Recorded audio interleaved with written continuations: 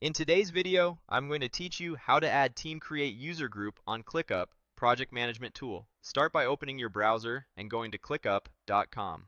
On the sign-in page, choose Continue with Google for a quick, secure login. Select the Google account that's connected to your ClickUp workspace. Make sure you're choosing the correct account if you manage more than one, so you land in the right place from the start. Once you're in, head to your workspace area and open Settings.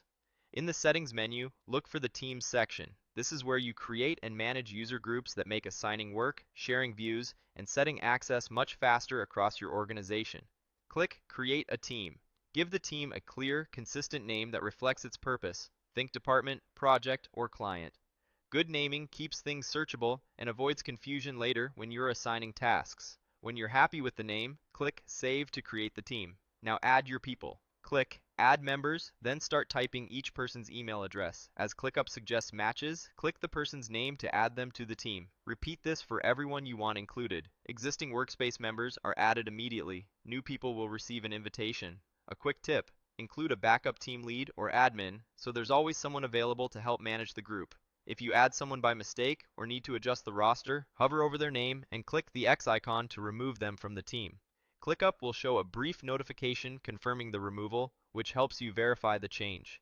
Removing someone here only affects their membership in this team. It doesn't automatically change their overall workspace access. That's the full workflow.